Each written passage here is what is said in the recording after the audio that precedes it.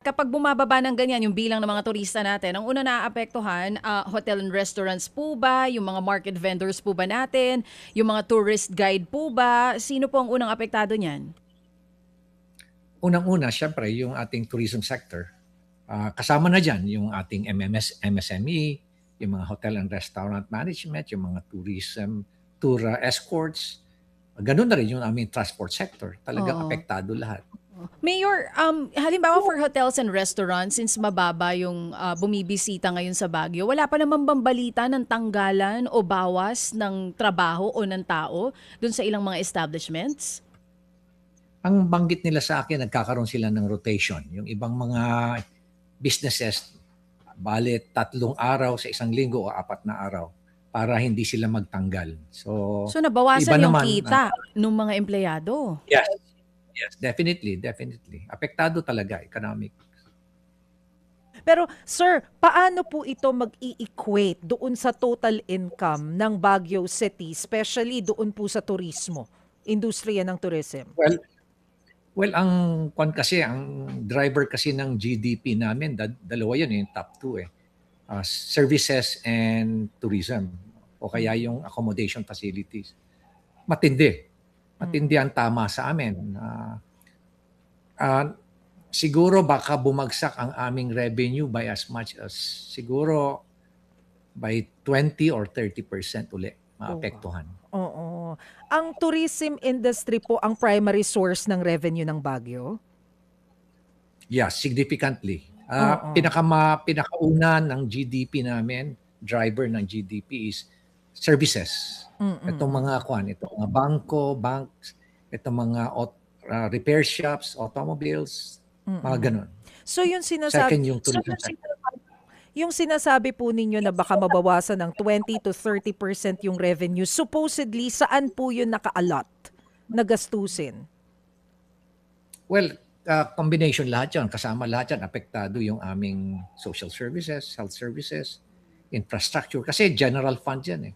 Napupunta yan sa general fund. Pero sa ngayon po ba, meron ano po yung efforts na ginagawa ngayon ng local government para tulungan, simulan po natin doon sa tourism sector?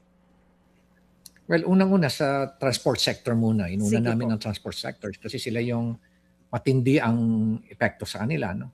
Nagbigay na kami ng ayuda ng 5,000 sa mga PUJ. Ang susunod namin, itong taxi drivers, hinintay nga lang namin yung mabuo yung kanilang mga listahan. Tapos magbibigay na rin kami ng ayuda sa mga poorest of the poor at yung mga urban poor. Sa April 10, magbibigay na kami. Meron kami payout for 1,600. Tapos magbibigay na rin kami ng bigas na rin. Ongoing na yung negotiation namin with NFA at sa pribadong sector din para sa rice program namin. We have allotted 56 million para dyan para makapag-distribute na kami ng mga bigas. Nagpapasalamat nga kami sa national government kay Pangulong Bongbong dahil tinaas yung kanilang LGSF na allocation sa local government at first time na nakatanggap kami ng rice program. So ito pong ayuda na ipinamahagi ninyo ay from LGU pa lamang. May balita na po ba, nakipag-coordinate na po ba ang DSWD kung kailan sa Baguio, yung galing naman sa AIX at saka yung fuel subsidy from DOTR? Well, yung sa DOTR, nag-usap na kami ni Secretary Banoy at binanggit nga niya na anytime soon baka pupunta na yung team niya rito para mag-distribute na rin. Nahihirapan lang sila. Mayroong mga challenges lang silang hinaharap sa ibang lugar. Kaya hintayin lang daw namin. But definitely darating. Yung DSWD naman, readily. Nandyan naman sila lagi para tumulong. At alam mo naman, madaling kausap si Secretary Rex dyan pagdating sa financial assistance through AIX. Mayor, magkano po ba ang petrolyo dyan sa Baguio? Well, umaabot na kami ng 150 150 ang po diesel. mas mahal sila. 150 na ang diesel dito. Oo. Yeah, mataas dito ng 4 pesos ang kwan eh.